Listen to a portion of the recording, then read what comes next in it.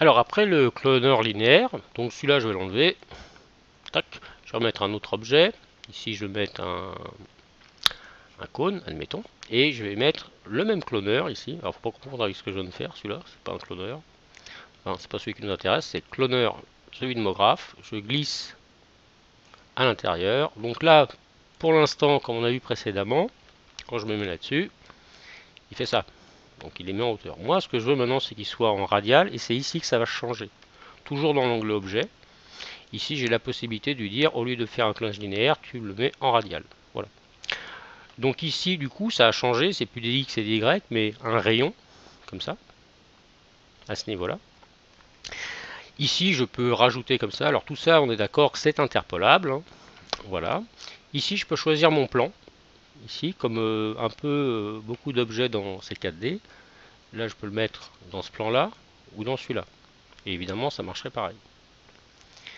Alors, ce que je peux faire aussi, c'est, je vais le remettre ici de base, voilà, comme ça. Je peux aussi changer l'inclinaison des clones. Alors, il y aura plusieurs manières de le faire, mais ici, je peux très bien aller dans Transformation, ici, et jouer avec, dans Transformation, ces objets-là, par exemple. Si je mets, là, je vais mettre 0 ici, ça ne m'intéresse pas. Voilà, je peux avoir ça ou ça. Hein. Je peux les faire tourner comme ça. Voilà, je peux les mettre un peu comme je veux. Je reviens toujours pas dessus, mais ça, c'est interpolable. Voilà, je pourrais très bien le mettre comme ça. Et revenir ici, jouer avec ce genre de choses, par exemple. Ou le nombre de clones. Voilà. Ce que je peux faire également, donc je vais revenir sur la normale, entre guillemets. Voilà. Je peux ici, dans l'onglet Objet, jouer avec l'angle initial et l'angle final. Donc ici, je vais me mettre un peu comme ça. Je recadre tout ça. Voilà, je peux faire ça. Voilà, admettons, d'un côté ou de l'autre. Je peux aussi, dans ce cas-là, jouer sur le décalage, voilà, et mettre une variation de décalage pour que ce soit un peu moins régulier. Ici, on retrouve la source aléatoire de décalage. Si je change ça, j'ai une autre source aléatoire. Voilà. Alors, en fait, ici, là, on va voir sur le radial. Ici, j'ai mis juste un cône, pardon, mais je peux mettre quelque chose d'autre. Donc ici, je l'enlève. Je laisse celui-là pour l'instant. Et ici, si je voulais faire par exemple des maillons, je vais partir ici d'un cube. Je vais le faire tout petit comme ça. Voilà. Ici, histoire de, je vais juste mettre un petit biseau. Voilà, comme ça. Ici, je vais en faire un deuxième. Comme ça. Voilà, un petit peu plus petit. Voilà, et puis je le duplique. Voilà. Puis celui-là, on va l'avancer un peu, admettons. Voilà. Donc, un peu comme beaucoup d'objets de C4D, toujours, si je ne veux pas mettre, si je mets tout ça, tous ces cubes à l'intérieur de mon cloneur, vous voyez, il n'arrive pas à cloner comme je veux. Donc ici, déjà lui, je vais le réinitialiser, c'est-à-dire que là, je vais mettre 0, ici 0, et ici 0.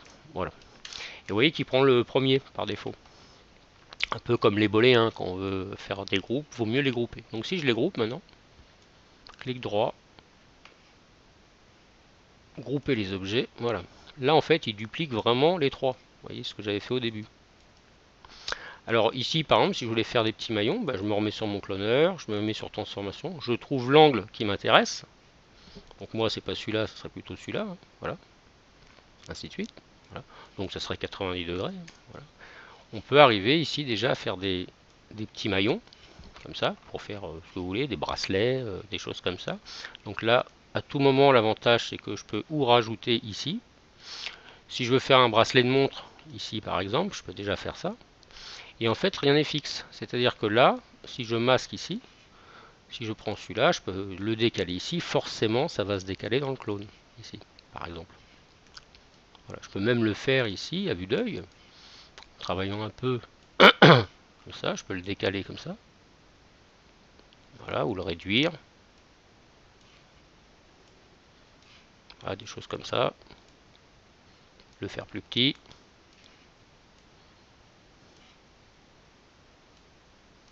Voilà. Si vous n'arrivez pas à le faire vraiment, bah, ce que vous faites, vous masquez le cloneur pour l'instant et vous dites par exemple celui-là je veux qu'il soit un peu plus haut, un peu plus fin, voilà, que ça ait une logique évidemment par rapport à sa répartition. Voilà, là il y en a trop donc je peux très bien en enlever. Je reviens tout ça. Voilà, admettons. Alors ceux-là je peux pas les attraper, il faut que je retourne sur ma base. Enfin pour l'instant, après on verra qu'on peut les bouger un petit peu. Voilà, je peux très bien prendre ceux-là.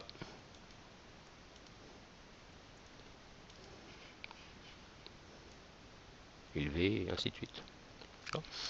Ici je vais masquer ça pour bien les réaligner. Voilà, donc je vais me mettre ici comme ça, en plusieurs vues.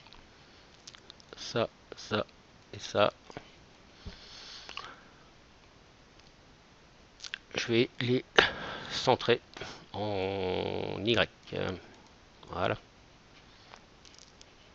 Voilà, donc voilà. Voilà, on voit un peu mieux comme ça. Alors, après, ici, je peux, par exemple, donc animer ça, des choses comme ça.